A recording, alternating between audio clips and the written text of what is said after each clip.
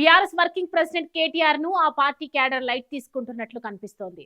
ప్రజల ఇబ్బందులను దృష్టిలో ఉంచుకొని వరద సహాయక చర్యలో పాల్గొనాలని కేటీఆర్ పిలుపునిచ్చినా నలుగురైదుగురు నేతలు మినహా ఎవరూ పట్టించుకోలేదు.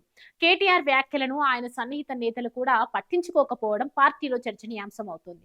ఖమ్మం జిల్లాలో రాజ్యసభ సభ్యుడు వద్దిరాజు రవిచంద్ర, మాజీ మంత్రి పువ్వాడ అజయ్ కుమార్, నల్గొండ జిల్లాలో బొల్లం మల్లయ్య యాదవ్, వరంగల్ జిల్లాలో సత్యవతి రాథోడ్, గ్రేటర్లో లక్ష్మారెడ్డి మాత్రమే వరద సహాయక చర్యల్లో పాల్గొన్నారు.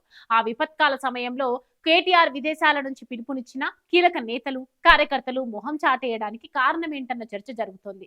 వరదలతో ఖమ్మం, నల్గొండ జిల్లా వాసులు ఇబ్బందులు ఎదుర్కొంటున్నారు. ప్రతిపక్ష నేతగా వరద ప్రభావిత ప్రాంతాలను పరిశీలించి సలహాలు, సూచనలు చేయాల్సిన కేసీఆర్ మిన్నకుండిపోవడం పట్ల బీఆర్ఎస్ లో అసహనం వ్యక్తమవుతోంది. అధికార పక్షాన్ని ఇరుకున పెట్టేందుకు అవకాశాలు వస్తున్నా అందిపుచ్చుకునేందుకు బీఆర్ఎస్ అధిష్టానం పూర్తి స్థాయిలో ఇంట్రెస్ట్ చూపడం లేదనే అభిప్రాయం వినిపిస్తోంది.